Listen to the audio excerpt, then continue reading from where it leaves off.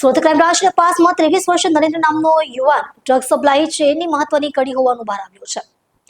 પકડાયેલ યુવક ધોરણ 12 સુધી અભ્યાસ કર્યો છે અને ટૂંકા ગાળામાં વધુ કમાણીની લાલચમાં ડ્રગ્સ માફિયાઓના સંપર્કમાં આવ્યો હતો. રાજસ્થાનના બિશ્નોઈ પંથક સાથે સંકળાયેલા આરોપી પાસેથી પોલીસે 250.310 ગ્રામ એમડી ડ્રગ્સ અને ₹1,535 રોકડ મળી કુલ ₹7,72,000નો મુદ્દામાલ કબજે કર્યો છે.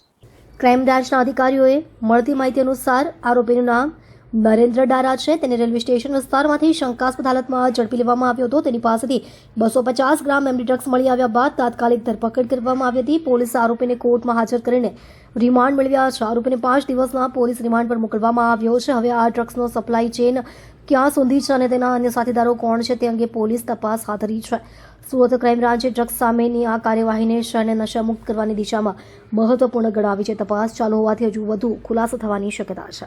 No drugs in Surat city અંતર્ગત સુરત પોલીસ દ્વારા અને સુરત ક્રાઇમ બ્રાન્ચ અને એસઓજી દ્વારા સતત ડ્રગ માફિયા વિરુદ્ધ કાર્યવાહી કરવામાં આવી છે.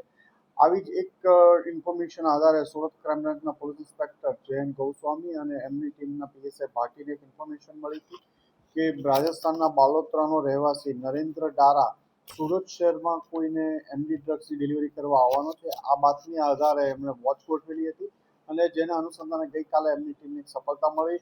નરેન્દ્ર ડારાને રેલવે સ્ટેશન પાસેથી જે બાતમી આધારે ઓળખી અને અટકાવવામાં આવ્યો હતો. એની પાસેથી 250 ગ્રામથી વધુ સારી ક્વોલિટીનું એમડી ડ્રગ્સ મળી આવ્યું છે, જેની કિંમત અંદાજિત 7.5 લાખ રૂપિયાથી વધુની થાય છે અને એ સુરત શહેરમાં કોઈને ડિલિવર કરવા માટે આવ્યો હતો. એની પૂછપરછ દરમિયાન એ અગાઉ પણ ડ્રગ્સના કેસમાં પકડાઈ ચૂક્યો હતો. 45 ગ્રામ ડ્રગ્સ સાથે રાજસ્થાનમાં પકડાયેલો હતો.